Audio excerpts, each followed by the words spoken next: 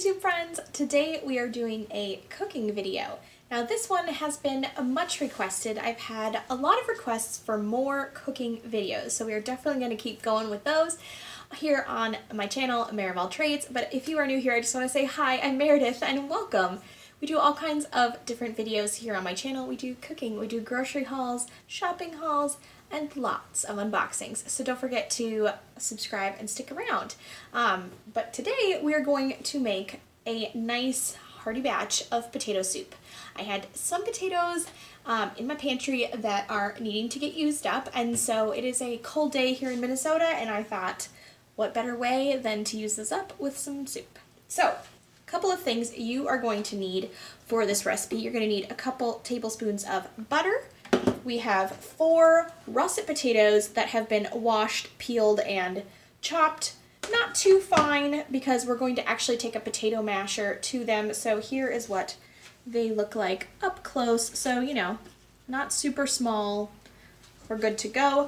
We are also going to use some onion. Now this is approximately, I would say, about 1/4 cup of onion. But this is actually onion that I have left over from another recipe. So we're going to use whatever amount this actually is.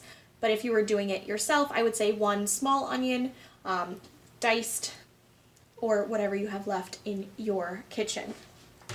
We're going to use a little bit of minced garlic, 1 box of chicken broth today. I've used both chicken broth and chicken stock. Whatever you have is totally fine. And then we're also going to use some cream cheese. We're going to use a whole brick. Yes, you heard me right. This is not a low-calorie meal, but it's delicious, I promise you. So, I don't use name brand cream cheese when I'm putting it in something like soup because I just don't feel like you can taste the difference between the name brand and like the knockoff brand or the store brand. So sometimes I use Philly if I'm putting it on a bagel, but today I'm not and I'd rather save a little money. So that's the other thing, is this is actually a really nice economical recipe. And then I also have a little bit of flour, which we're going to use to thicken it up just slightly. So I am heating up my pot right now and we're going to put a little butter in there to start. Okay, so we're going to get 2 tablespoons of butter, and we're going to stick that directly in the pan and get it started melting. And then I'm going to add my onions right away. So what we're going to do is we're basically just going to melt the butter and sweat the onions a bit. And it's just as simple as that. And then once that has gotten melted and the onions are just starting to get just a smidge translucent, we're going to add the potatoes in. So, and the other thing that we're going to do is we're going to add some salt and some pepper. So we're starting it off this way. We're using the butter to cook the onions a little bit to start, but we're also going to flavor that butter because we're going to use that butter as well as the flour to thicken the soup. So we want to flavor the butter. So we're going to add some pepper. I am totally one of those people who doesn't always measure when she is cooking, but I would say approximately 1/2 teaspoon of pepper. If you're someone who doesn't like a lot of pepper, maybe start with 1/4 and work your way up and then just test it at the end. And if you want to add a little bit at the end, you certainly can. So I did that. And then we're also going to add just a little bit of salt. Now, I did not buy low sodium chicken broth, so I'm not going to go crazy on the salt right now because, again, I can always add it in later if I need to or want to. So I'm just going to do a small pinch. And that's it. So, we're going to give this a little stir. I will show you what it looks like. So far, there's just onions and butter. Nothing too fancy yet. So we're just going to let those soften up. And I'm doing this on like a medium-high heat. So, we're going to let these simmer a bit, and then I will show you what they're looking like before I add anything else into the pot. Alright, so here are the onions cooking away. Now they're just starting to get a little bit soft, and I did turn the stovetop down to medium heat simply because I don't want to burn the butter. So we're going to go ahead and add in the potatoes now. Okay, so I just added the potatoes in. We're going to give this a stir so that we are coating all of our potatoes in that little bit of butter, and we're just going to get that cooking process started.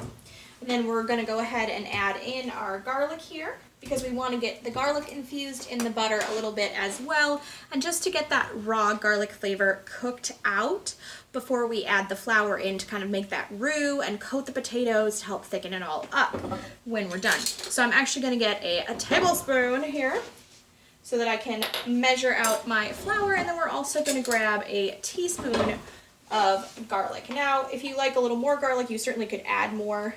I do let mine heap over the side a bit, but don't want to go too crazy. So we're just going to give that a stir to make sure that it gives a chance, it gets to the bottom underneath all those potatoes, to give it just a minute to cook. All right, and so now we're going to go ahead and add 2 tablespoons of flour right to the pan. Doesn't have to be exact. Again, we're not baking, so it's not quite so much of an issue. And then we're just going to go ahead and carefully toss that around while holding a camera, trying not to burn ourselves. We'll see how this goes. And we're just going to stir until the potatoes are all the way coated in flour. Now, I did just cook that garlic for about 2 minutes, and I'm going to do the same with the flour. So I'm going to just get these finished coating, and we're just going to cook out that raw flour flavor as well. And then I'm going to add in my chicken stock.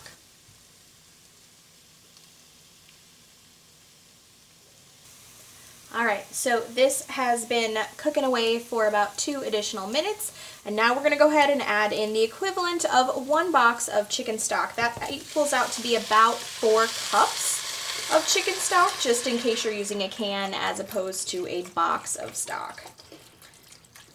And I've used all different brands of chicken stock and broth, and again, I haven't found like it has made a huge difference one way or the other. And then the other thing that you should note is that I have also added other things to this recipe. This is sort of the base recipe, but I have used leftover broccoli. Oh, there's my cat. That's Wookie. And we have also added in things like, you know, you could add in, I've done like ham and corn, giving it almost sort of like a corn chowder type of a feel to it. But I really like it with like ham and broccoli is kind of my favorite combo that I've found. But I also think it's delicious with just the onions and garlic. So I'm going to let this come up to a hard simmer, almost a boil, for at least a good 10 minutes. I'm going to sit you guys back down over here. We're going to move as we film. So I'm going to let it simmer for about 10 minutes. I'm going to let those potatoes get cooking. Now the biggest thing is that you want to make sure that you can stick a fork through the potatoes so they're good and tender, but you don't want to overcook them to the point where it starts to get mushy. And then we're actually going to add the cream cheese in, and we're going to take a potato masher and just break up the potatoes a little bit more so there aren't any huge chunks, but again, we don't want to make like mashed potato soup, so we're not going to go nuts, okay? Restrain yourselves. And then the other thing I wanted to tell you is that I'm going to leave the recipe typed up in the description box below, so in case you want to try and make this, it'll all be there. It won't be linked to a blog post this time, so I'll have all that information for you guys, and definitely comment and let me know if you end up trying the recipe. I would love to hear if you liked it, or if you added some things that maybe I haven't thought of adding to the soup yet. I also think it'd be good with some cheese sprinkled on top and maybe some like green sliced onions. I usually do add cheese on top because I have a love affair of cheese. So anyways, I'm going to let that simmer for 10 minutes and I'll see you in a bit. So I've just been giving this an occasional stir, but one tip I wanted to tell you guys about is that I actually find that this is a great meal to make ahead of time. So I will cook this up, and it actually reheats really well. So a lot of times I will make a double batch on like a Friday afternoon, and then we can eat the leftovers for lunch on Saturday and Sunday, and it works out great. And the other thing is, all 3 of my kids will eat this, so that's awesome. So if you enjoy cooking videos, don't forget to give this a thumbs up, guys, and we'll check back on the soup in a minute. I had 2 little kiddos sneak into the kitchen and they wanted to say hi. Hi. Oh. What should they do? They should like and subscribe and hit the bell for notifications. Yes, so you can get all the videos every day. can't see you. Say hi. Bye. Say hi, friends. And You blow a kiss. Mwah. All right, and now my assistant Carl has requested that he carefully put the block of cream cheese gently into the soup, right? We're not gonna flap it. There you go. Sets it in. Ta-da! Now he's got cream cheese fingers, so he's gonna go wash his hands, right? Okay, so now we're gonna go ahead. I wanted to show you also, it's a little bit creamy already because of the flour that we added in there.